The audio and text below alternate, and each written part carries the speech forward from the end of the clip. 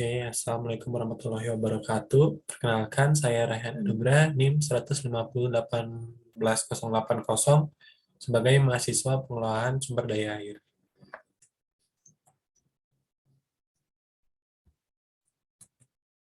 Topik yang akan kita bahas ada DISC dan Theory of Land Behavior. Kemudian ada Master Plan PSDA untuk Indonesia 25 tahun mendatang, peraturan perundang-undangan PSDA, dan juga rencana pendidikan masyarakat dan perencanaan 5 tahunan Master Plan.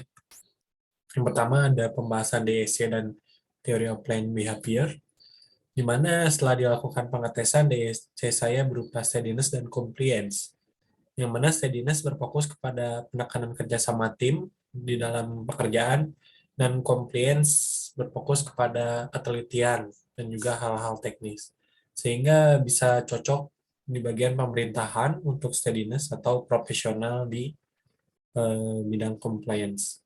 Kemudian dari segi TPB ini merupakan kebiasaan yang harus direncanakan untuk mengoptimalisasikan DSC yang saya miliki. Target yang akan ditingkatkan adalah steadiness, dengan cara belajar memberikan arahan yang jelas, belajar menyeimbangkan tugas individu dan kelompok, membiasakan mengetahui dampak dari hal-hal yang dilakukan, dan membiasakan senang mengikuti perkembangan. Kemudian berikut adalah Master Plan PSDA 25 tahun mendatang. Visi PSDA pada tahun 2045 adalah terpenuhinya kebutuhan air seluruh masyarakat Indonesia yang berkualitas dan terjaga dengan memanfaatkan sumber daya air yang lebih ramah lingkungan. Nah, kemudian dilakukan juga analisis SPOT, yaitu strength, weakness, dan opportunity, dan juga threat. Dari strength-nya, wilayah kita memiliki daerah yang luas dan memiliki curah hujan yang tinggi. Kemudian dari segi weakness, sumber daya manusia belum sepenuhnya mengerti tentang pengelolaan sumber daya air, terbatasnya dana, dan sedikitnya waduk.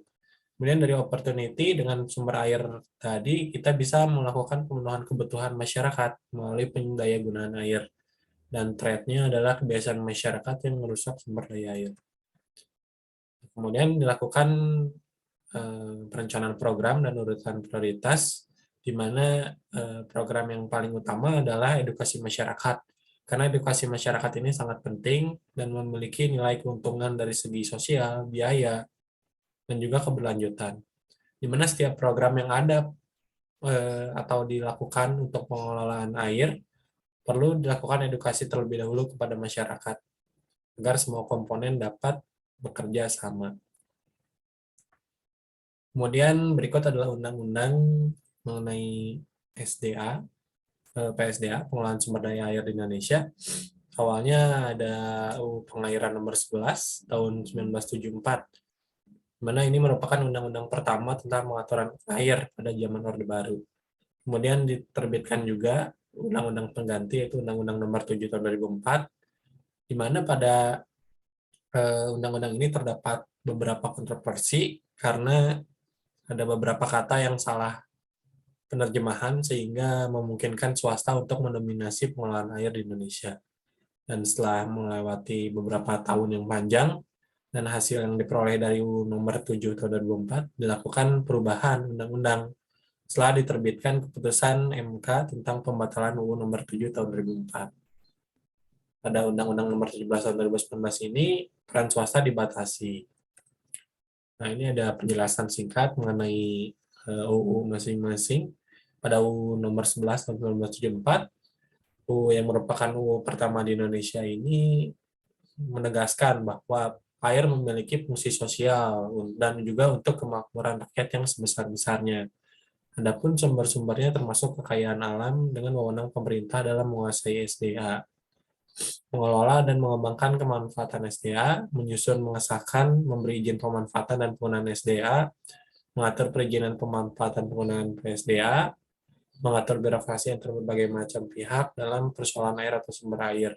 Adapun wewenang pemerintah ini dalam pengaturan SDA dapat dilimpahkan ke instansi pemerintahan dan badan hukum lain.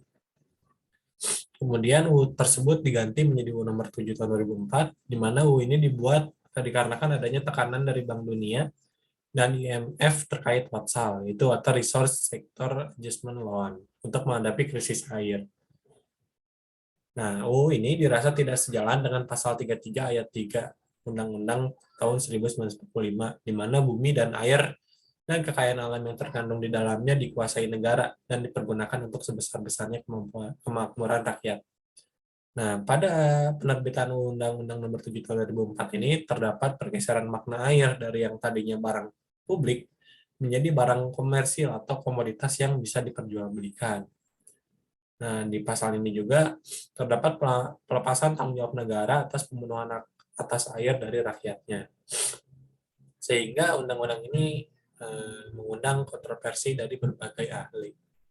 Nah, kemudian dibatalkannya UU Nomor 7 Tahun 2004 berimplikasi kepada turunan peraturan sebagai peraturan pelaksanaannya menjadi batal sehingga hilangnya payung hukum untuk menjadi dasar penerbitan izin pengambilan air bagi badan usaha pengelola air baik di tingkat pusat maupun daerah menjadi menghilang. Nah, kemudian diterbitkan Undang-Undang Nomor 17 Tahun 2019 untuk menggantikan Undang-Undang Nomor 7. Pada UU ini pengaturan pengolahan sumber daya air dikembalikan kepada pemerintah sesuai bunyi pasal 8. Hak rakyat atas air yang dijamin pemenuhannya oleh negara sebagaimana yang dimaksud dalam pasal 6 merupakan kebutuhan pokok minimum sehari-hari.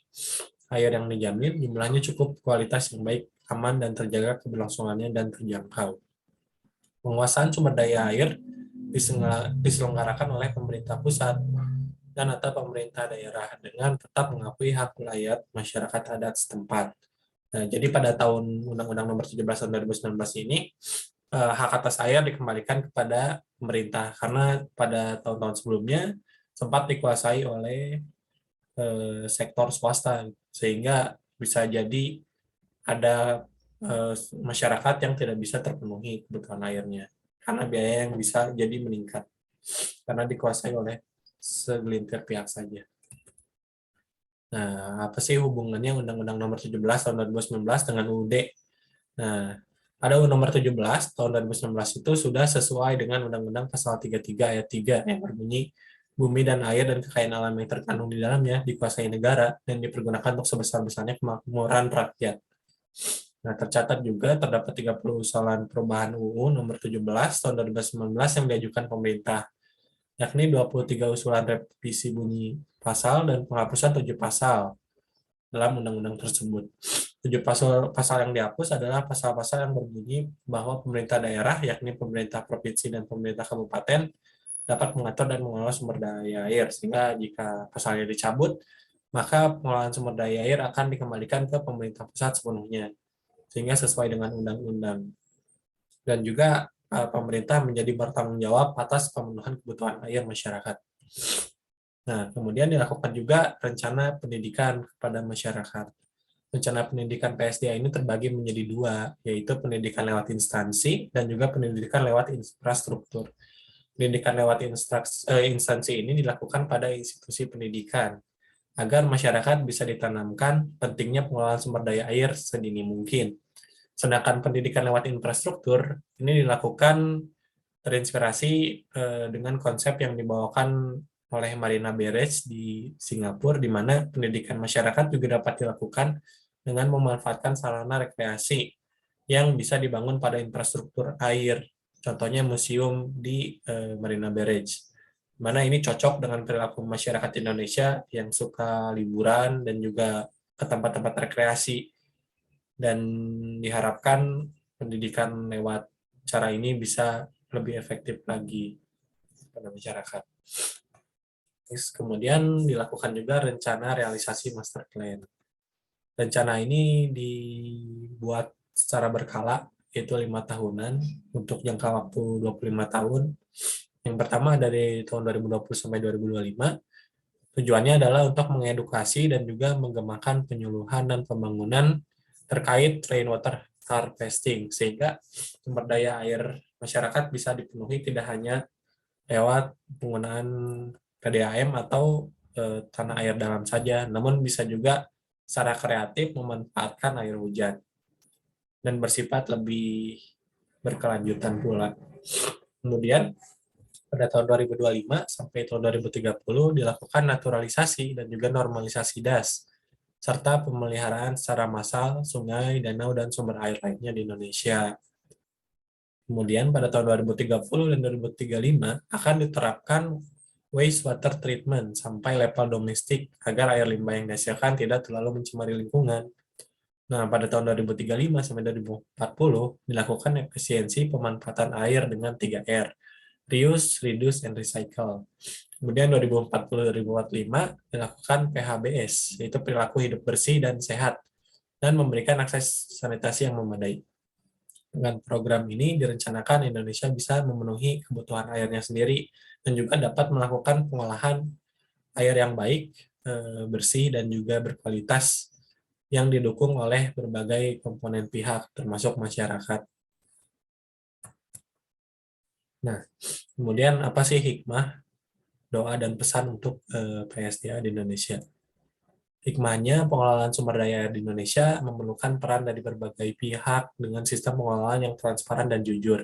Canggih apapun teknologi yang tersedia, selama ada beberapa peran yang tidak terpenuhi, maka tujuan pengolahan yang baik pun tidak dapat tercapai. Contohnya di Indonesia bertujuan untuk memanfaatkan air dari sungai. Namun jika masyarakat tidak ikut serta, malah membuang sampah di sana, justru akan membuat tujuan tadi tidak tercapai. Sehingga seluruh peran perlu dilaksanakan pada pengolahan sumber daya air. Kemudian doa untuk PSDA, semoga sumber daya air di Indonesia dapat diolah dengan baik, sehingga seluruh kebutuhan masyarakat akan air dapat terpenuhi. Juga pesan untuk seluruh masyarakat dan juga mungkin pemangku yang akan mengelola sumber daya air Indonesia ke depannya untuk menjauhi perilaku korupsi. Karena perilaku ini memiliki dampak yang sangat negatif dan dapat dirasakan dalam jangka waktu yang sangat panjang dalam pengelolaan dan pengelolaan sumber daya air di Indonesia. Sekian dan terima kasih.